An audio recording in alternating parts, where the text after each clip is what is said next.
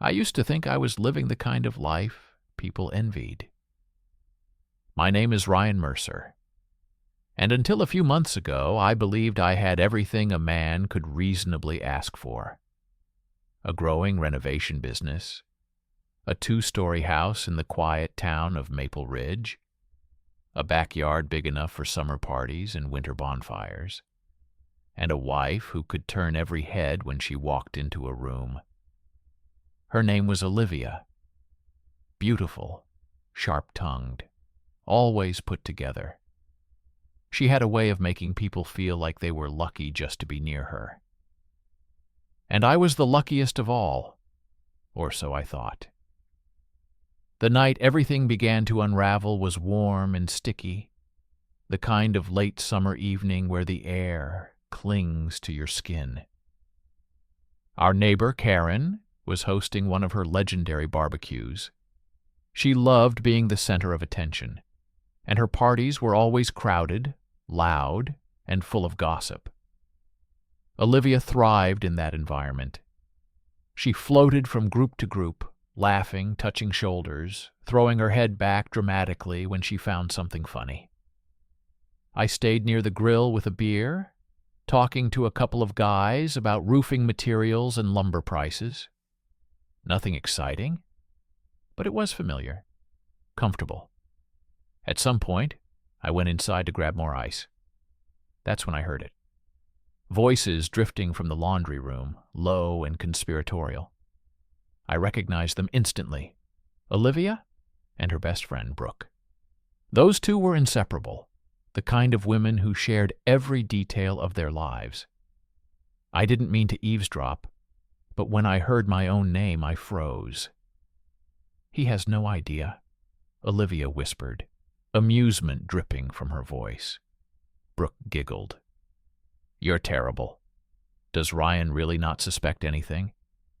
"Please," Olivia scoffed. "He barely notices I exist anymore. Always working, always tired. Victor understands me. He gives me attention. He gives me possibilities." My chest tightened. Victor Hale, her boss, a wealthy commercial developer who had recently expanded into Maple Ridge. He was charismatic, polished, and wealthy enough to buy the entire neighborhood without blinking. The kind of man who made other men feel small just by standing near him. Brooke lowered her voice.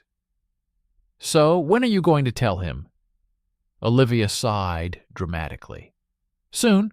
I want it to be a surprise." A surprise. The words made my stomach twist. I stepped back silently and returned to the backyard, trying to act normal, but the world had shifted under my feet. The beer tasted sour. The laughter around me felt sharp and cruel. Olivia caught my eye across the yard and smiled, radiant and confident. I suddenly wondered how many smiles she had shared with Victor. After that night, the cracks began to widen.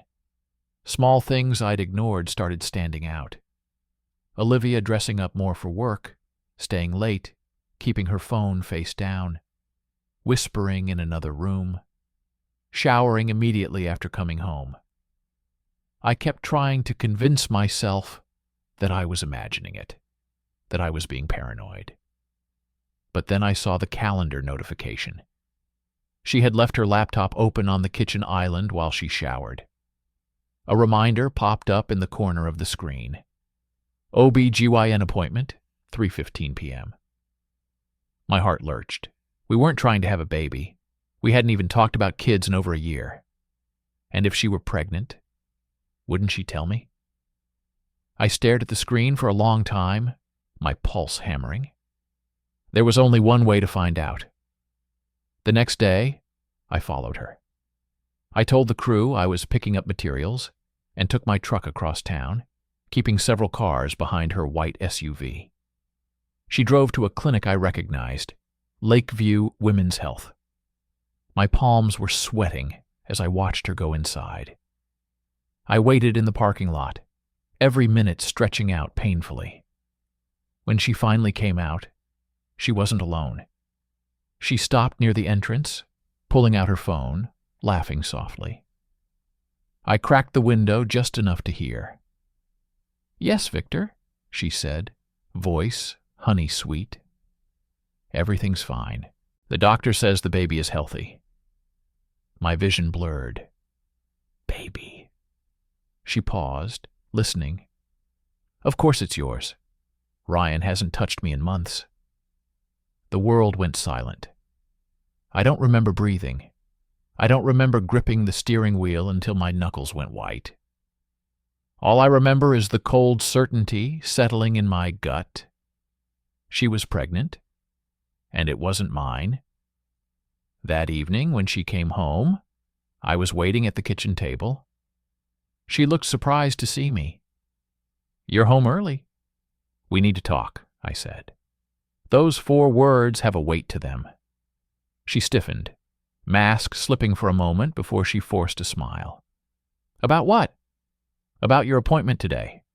Her eyes widened. "You followed me?" "No," I lied. "Your laptop told me." The facade cracked. She leaned back, arms crossed. "Fine, yes, I'm pregnant." "And the father?" Silence. Then calmly, "Victor." Something inside me snapped, not anger, but clarity. "Why?" I asked. She sighed, as if explaining something obvious to a child. "Victor offers me security, status, a future. You're comfortable, Ryan, but you'll never be more than what you are. He sees potential in me. He invests in me. And I don't? You don't even look at me anymore." I stared at her, stunned. "So your solution was to get pregnant with another man's child?" She shrugged. "At least he cares." That was it. "Pack your things," I said quietly. "You're leaving tonight." She laughed, disbelieving. "You can't be serious." "I am." When she realized I wasn't bluffing, the anger came. "You're going to regret this," she hissed. "Victor won't let you humiliate me." I stood and opened the front door. "Get out." She moved slowly, deliberately, taking her time with every item she packed, pausing to look at me smugly, as if expecting me to break down and beg. I didn't. When she finally left, slamming the door behind her, the house fell silent. For the first time in years, I was alone.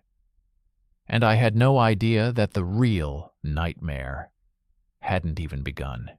The first few days after Olivia left were strangely peaceful. I thought I'd feel devastated, angry, broken, but instead there was a numb quiet inside me, like my emotions had gone into hiding. I worked long hours, repaired the broken step on the porch, cleaned the garage, anything to keep my hands busy and my mind from replaying her words. "You'll never be more than what you are." They echoed at night, when the silence of the house became suffocating. Still, I tried to move forward. I didn't answer her texts. I ignored the missed calls from numbers I didn't recognize. I blocked her on social media when pictures of her smiling beside Victor began appearing. The town moved on, as towns always do, but Victor didn't. It was a Thursday night when everything changed. I was asleep on the couch, a muted TV casting flickering shadows across the room. The house was dark, quiet. Too quiet. I woke to the sound of gravel crunching outside. Headlights swept across the window. My stomach tightened. Nobody visited at midnight in Maple Ridge. Not unless something was very wrong.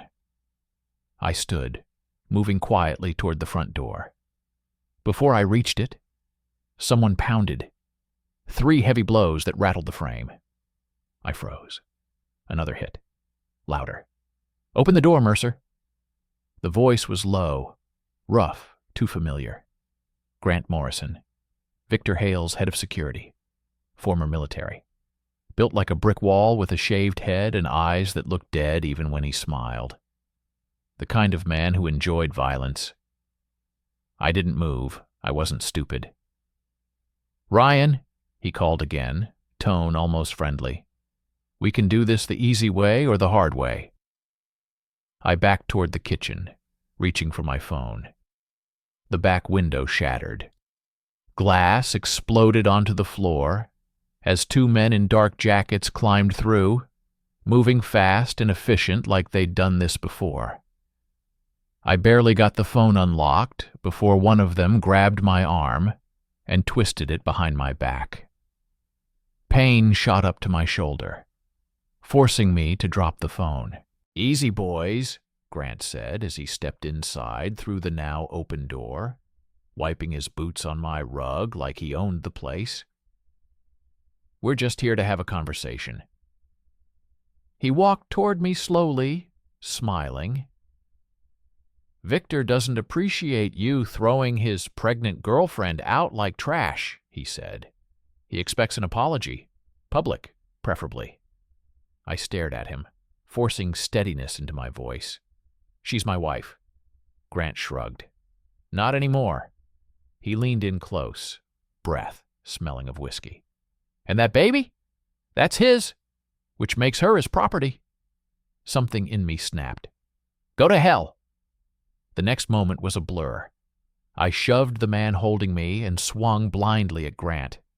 My fist connected with his jaw, surprising us both. He stumbled back, eyes flashing with sudden rage. "You shouldn't have done that," he growled. Then the world erupted. A fist slammed into my ribs, another into my stomach. Someone grabbed my hair and yanked my head back. Grant drove his knee into my side so hard I heard something crack. I dropped to the floor, coughing, vision swimming. "Pick him up," Grant ordered. They dragged me toward the door. I tried to fight, to plant my feet, to grab something, anything, but my body wasn't responding. Outside, the night air was cold, sharp. A black SUV idled in the driveway. They shoved me inside, wedging me between two of the men. Grant climbed into the front passenger seat and turned around, grinning. "You had a good thing, Mercer," he said. "You should have stayed quiet. Victor wanted you out of the way, not punished." He tilted his head. "But then you humiliated her? Made her cry? And Victor Hale doesn't let anyone humiliate his woman." The SUV lurched forward, gravel spraying. I tried to focus, to plan, to think, but every breath burned. My ribs felt like they were grinding against each other. Something warm trickled down my forehead. Blood. The men beside me laughed quietly, relaxed, like this was routine. Grant turned back again. "When we're done tonight, you'll apologize. You'll acknowledge the baby is yours. You'll show respect." I spat blood onto the floor. "Never." His smile faded. "Then we'll adjust your attitude." We drove out of town, past the darkened gas station, past the old mill, deeper into the woods. The road turned to dirt, then to nothing. The engine cut off. The men dragged me out. Cold air slapped my skin, sobering me slightly. The forest stretched around us, black, silent, endless. Grant stepped close. "Strip." I blinked. "What?" He nodded to the others. "Teach him." Hands tore at my clothes, ripping fabric, pulling until I stood shivering in nothing but my underwear, feet sinking into damp earth. The cold was brutal, sinking into my bones instantly. Grant circled me like a predator. "You think you're tough," he said softly. "But you're nobody. Victor lets you breathe because it amuses him." He pulled a knife from his belt, the blade catching what little moonlight existed. My heart hammered. He pressed the flat side of the blade against my cheek. "This could go very differently," he murmured. "But Victor wants you alive. Just educated." He nodded again. The beating resumed. Punches, kicks, boots slamming into my ribs, my back, my legs. I curled, instinctive, trying to protect my head. but they grabbed my arms and held me upright so each blow landed clean. Pain became everything. When it finally stopped, I collapsed, gasping. Grant crouched beside me. Last chance. You apologize. You claim the kid. You stay out of Victor's way. I forced my eyes open, tasting blood. No. He exhaled slowly. Then freeze. They dragged me to a tree, wrapped rough rope around my wrists, pulling until my shoulders burned. Bark dug into my skin, scraping raw. Then they left. The SUV's headlights swept across the clearing as they drove away, leaving me naked, broken, tied to a tree in the middle of the forest. The darkness closed in. The cold was relentless. Every breath felt like knives. Time blurred into a haze of shivering and pain. My wrists bled where the rope rubbed. I tried to move, to keep from going still, but exhaustion pulled at me like gravity. I don't know how long I hung there, minutes, hours. I only know that at some point survival instinct kicked in. If I stopped moving, I would die. I twisted my wrists, grinding the rope against the bark, tearing skin. The pain was unbearable, but slowly, millimeter by millimeter, the rope loosened.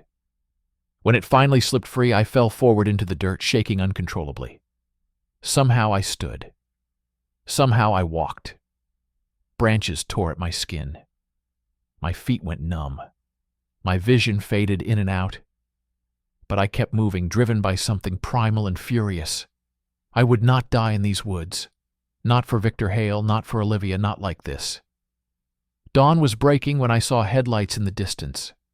A truck slowed, then stopped. The driver's door opened. "Holy hell," a voice said. "Son, what happened to you?" I blinked up through the blur.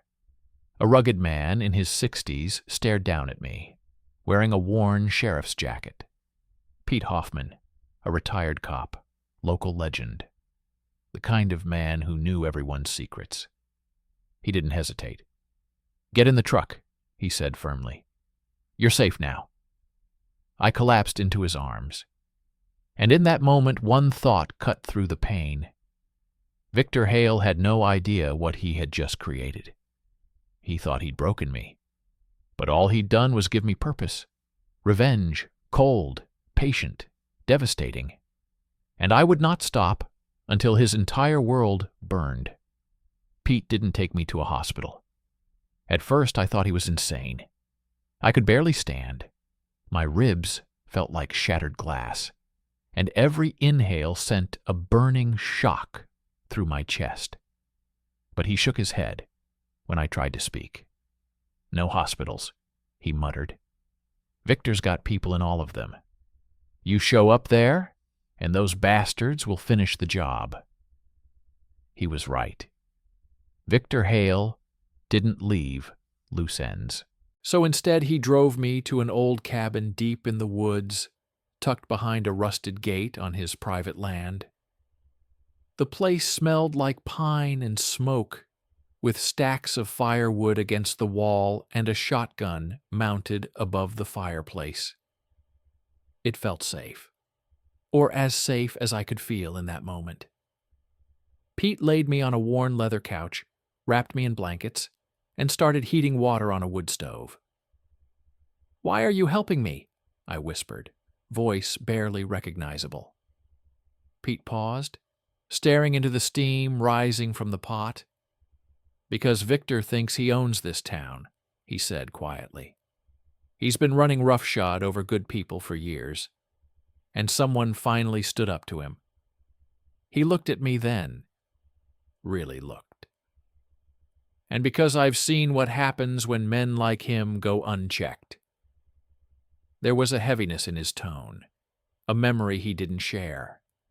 He cleaned the cuts on my face, taped my ribs as best he could, and gave me painkillers strong enough to make the edges of agony blur. "You need to rest," he said. But rest wasn't what I wanted. All I saw when I closed my eyes was Grant's smirk, Olivia's cold dismissal, Victor's smug ownership. No, rest could wait. I woke hours later to the smell of coffee and bacon. For a moment, my mind tricked me into believing life was normal again. That Olivia would walk into the room smiling, kiss my forehead, tell me she loved me. Then the memory slammed back, sharp and cruel. Pete noticed me stirring. "You look better," he said. "I feel like ground meat." He snorted. "That's accurate." I tried to sit up, groaning as pain flared across my torso. Pete set 2 mugs on the table. "Tell me everything." So I did. The party, the whispers, the appointment at the clinic, the phone call, the confrontation, the kidnapping, the humiliation. By the time I finished, Pete's jaw was clenched so hard I could see muscles twitching. "That son of a bitch," he muttered. Victor's been buying loyalty for years. Cops, councilmen, business owners, thought he owned the whole damn town. He nearly killed me. Pete leaned back. He didn't kill you because killing you would cause a problem, but humiliating you, breaking you, that sends a message. He tapped the table. "Which means you have leverage." I frowned. "What leverage?" Pete's expression sharpened into something predatory. "You lived." Over the next few days, while my body slowly healed, Pete and I talked about Victor, about his businesses, about the people he controlled. Pete had spent decades as a police officer in Redwood Cove, and though he was retired, he still had connections. He knew who owed Victor money, who feared him, who pretended to admire him, and more importantly, who hated him. "You want to hurt Victor?" Pete said one night as we sat by the fire. "You go after his structure, his reputation, his control." He leaned forward. "You don't fight a man like him with fists. You fight him with information." That sentence changed something in me.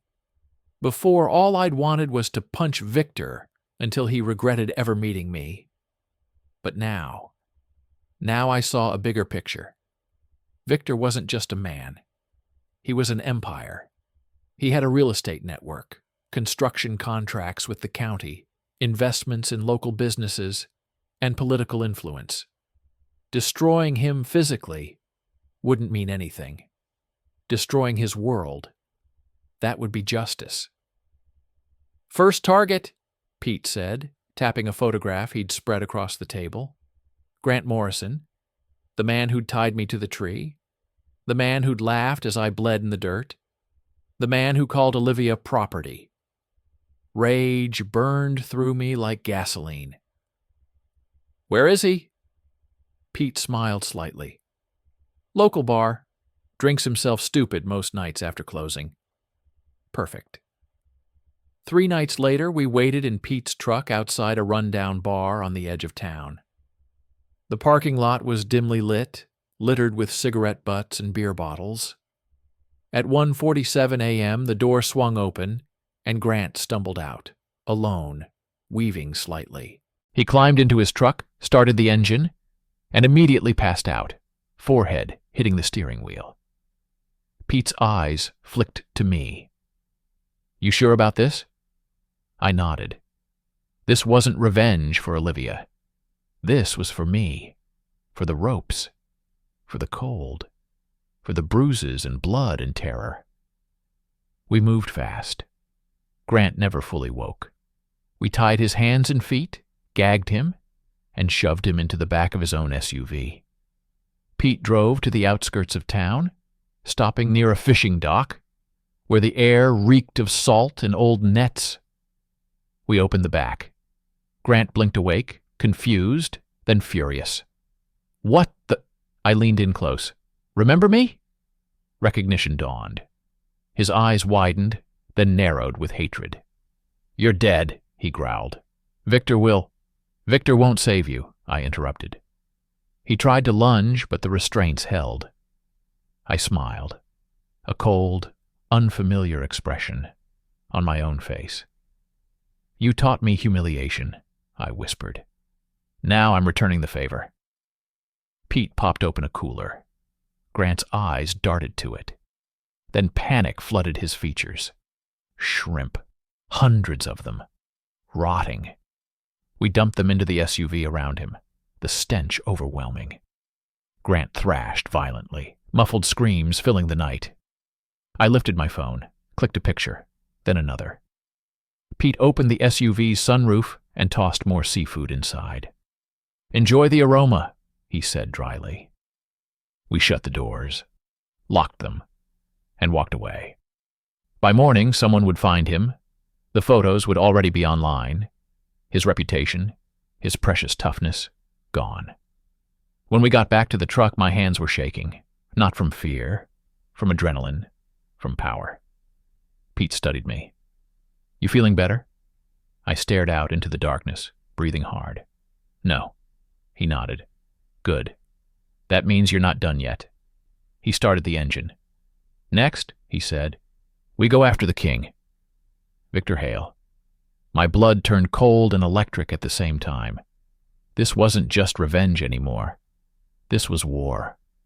And I intended to win. I stood in the courtroom in Brighton, hands shaking, but not from fear anymore. From clarity. For the first time in months, I felt like I was breathing clean air. Amelia sat across from me, her perfectly rehearsed tears on display, clutching tissues like props.